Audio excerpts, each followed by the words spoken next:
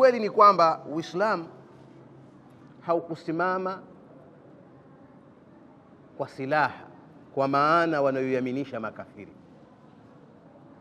Uislamu kama vile Mwenyezi Mungu Subhanahu wa Ta'ala alivyomwambia Mtume Muhammad sallallahu alayhi wasallam kwamba qul hadhihi sabili ad'u ila Allah ala basirat ana wa man ittaba'ani, sema Muhammad uwaambie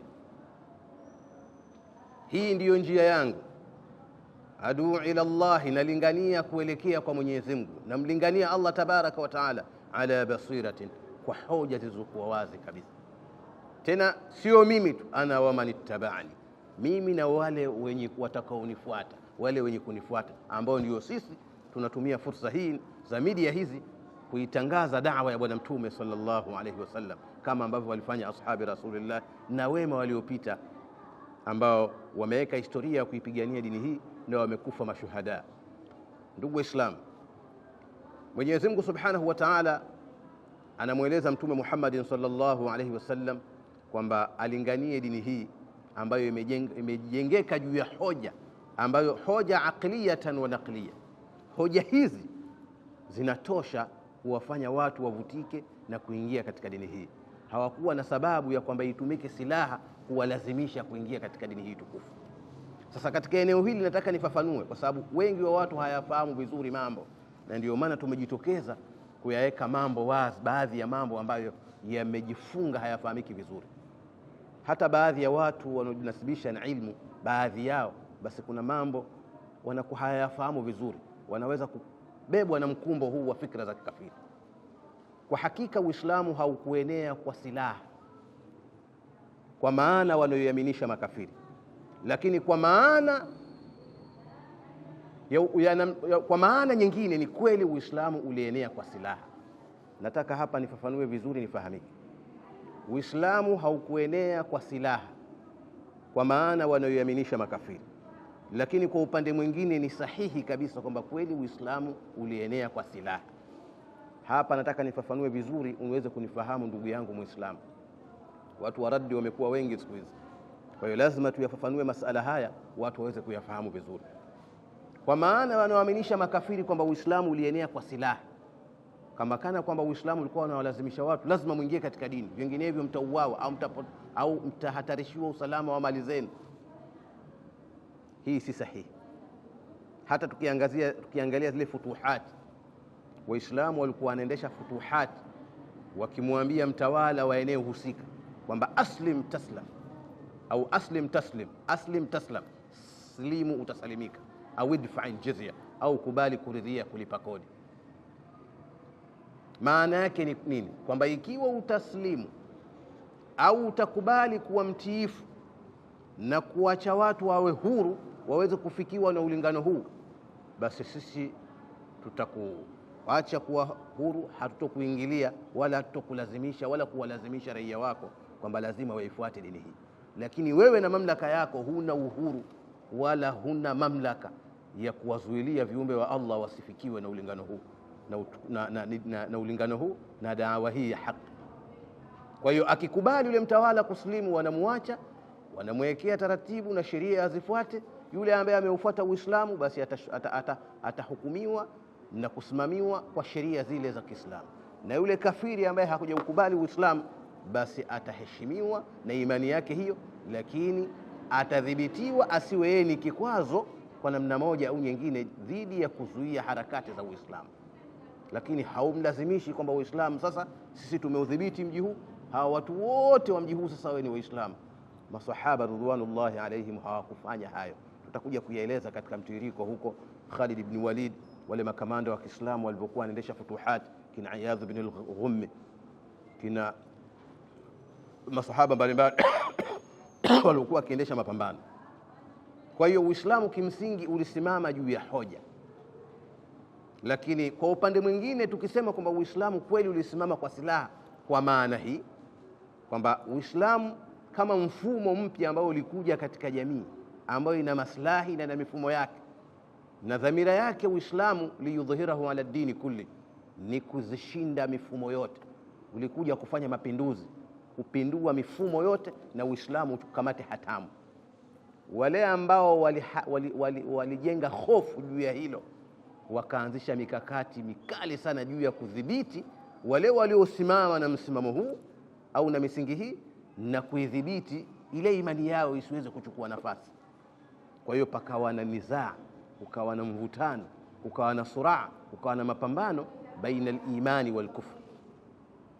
Kwa hiyo silaha ikatumika katika kuzuia jaribio hili la kuzuia Uislamu usienee. Kila pale ambapo palichomoza uadui dhidi ya Uislamu na Waislamu ilitumika silaha kuzuia uadui huu ili Uislamu uweze kusonga mbele na watu waweze kufikiwa na da'wa hii na wawe huru watu katika kuchagua na kuamua kile ambacho kimewadhihirikia katika haki. Kwa hiyo kwa maana hii ya pili tutasema kwamba ni kweli Uislamu ulienea kwa silaha. Kwa maana hii, si kwa maana kuwalazimisha wale ambao hawakuwa tayari kufuata Uislamu basi wafuate Uislamu. Kwa hiyo fikra ya makafiri kwamba Uislamu ulienea kwa silaha, kwa maana hiyo walioifahamu wao na kueleza wao si sahihi, lakini kwa maana kwamba silaha ilitumika katika kuzuia uadui dhidi ya Uislamu na Waislamu, silaha ilitumika ili kuwafanya watu wawe huru dhidi ya vitisho vyote ambavyo vilikuwa vimejengwa kuwafanya wao wasiusogelee Uislamu. Kweli Uislamu ulienea kwa silaha kwa maana hii. Ndugu zangu Waislamu, tumekusudia kueleza masala haya, na mimi ninaamini kwamba ndani ya kuyaeleza masala haya tutayafahamu mengi ambayo pengine ilikuwa hatuyafahamu, lakini pia yale ambayo tulikuwa tunayafahamu huenda tukayafahamu zaidi na zaidi. Na walillahi alhamdu, katika masala haya vita kuna mambo mengi ambayo wewe Muislamu ambaye una ghera na dini yako ya Kiislamu, naamini utafurahi sana na utapenda sana, kwa sababu ni mambo ambayo masahaba ridwanullahi alaihim waliyafanya, na katika kuyafanya hayo walitarajia malipo mbele ya Allah tabaraka wa taala. Na hapa tunapozungumza leo, tunapowataja wahanga hawa walioifikisha dini hii kaenea ulimwengu mzima kwa kujitoa muhanga mali zao na nafsi zao, tunapowataja leo tunasema radhiyallahu anhum, Mwenyezi Mungu amewaridhia, kwa maana Allah ameshawakatia tiketi ya kwenda peponi. Ndio maana ya kuridhiwa na Allah.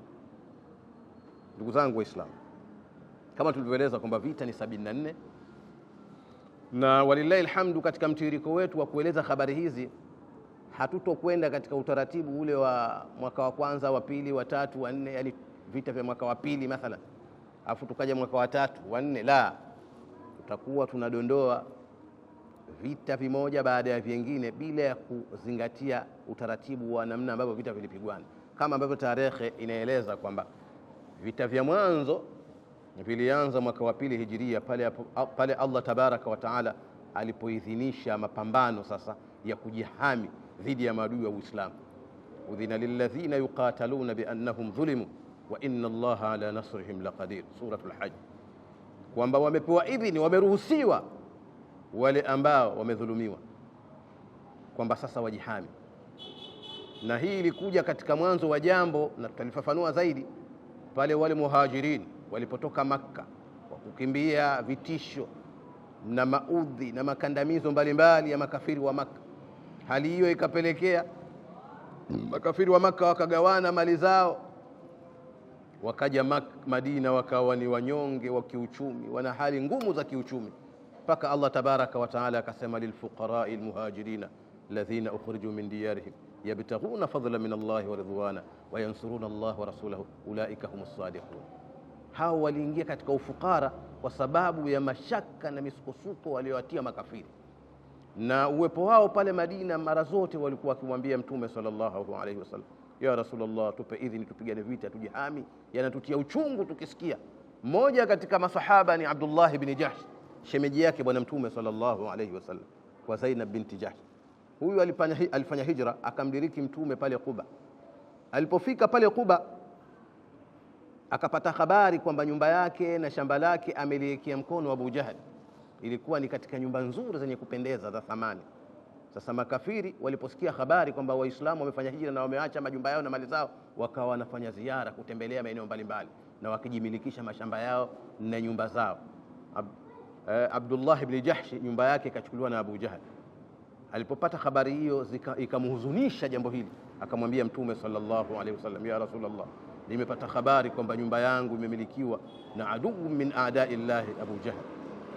Mtume sallallahu alaihi wasallam akamwambia, ya Abdallah, ala tarla an yabniya laka Allahu baitan fil janna, kwani wewe hupendelei Abdullah Mwenyezi Mungu akupe mbadala wa nyumba hiyo ambayo wameihodhi makafiri nyumba peponi?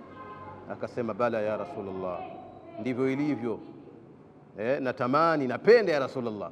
Akasema, fahuwa laka au huwa laka, tayari ushajengewa, tayari ushathibitikiwa kwamba utaipata nyumba peponi. Pale Abdullah ibn Jahshi nafsi yake ikapata utulivu na akawa na furaha.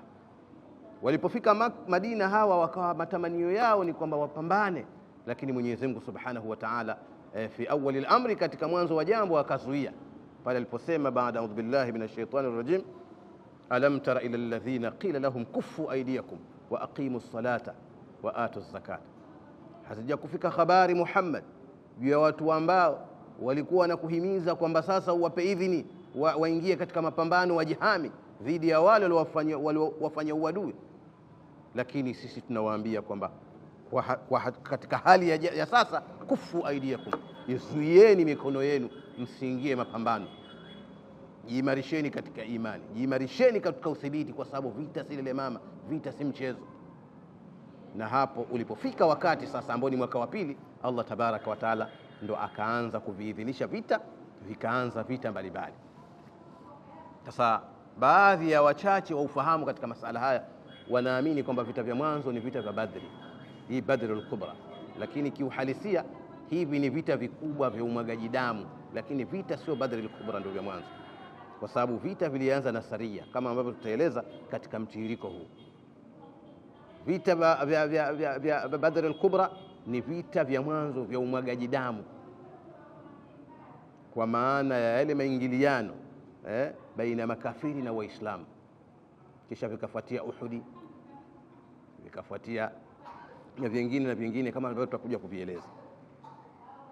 Ndugu Waislamu, mtiririko huu wa vita vya Mtume sallallahu alaihi wasallam ni darsa muhimu sana, kwani tutaweza kuyafahamu mengi, na ndani ya kuyafahamu hayo tutachukua mazingatio makubwa sana, kwa sababu ule Uislamu halisi tunaweza kuupata katika picha ya mwendo wa ashabi Rasulillah, kwa sababu hakuna modern Islam. Uislamu ni ule ule wa Mtume sallallahu alaihi wasallam na ashabi Rasulillah.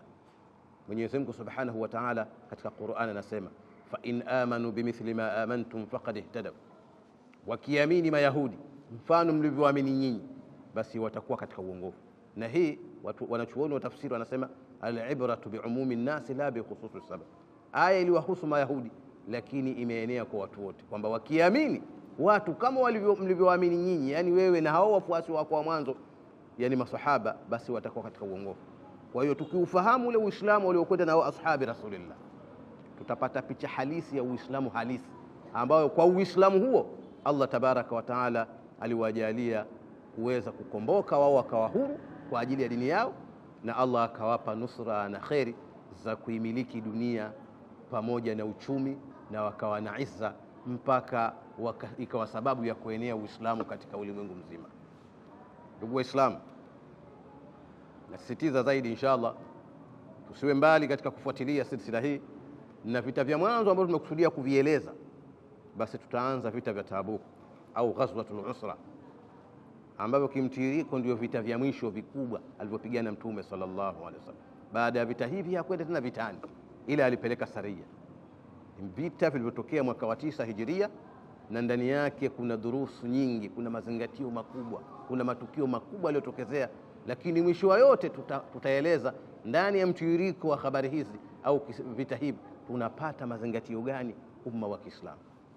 Kwa hiyo ndugu yangu Muislamu, usiwe mbali kufuatilia silsila hii ya durusu hizi ambazo biidhnillah tumekusudia kuzieleza, na lengo letu kwanza Allah tujalie ni khalisatan liwajhi alkarim, lakini lengo kuu vile vile liyantafi'a bihi ummatul islamiyya, ili umma wa Kiislamu uweze kunufaika kwayo. Ndugu yangu Muislamu, katika kueleza hili nataka kutoa vile vile angalizo.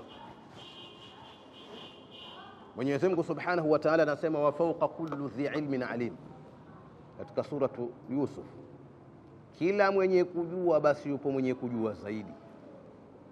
Yawezekana ndani ya maelezo ambayo tutayatoa ukatokea zalal, utatokea khata,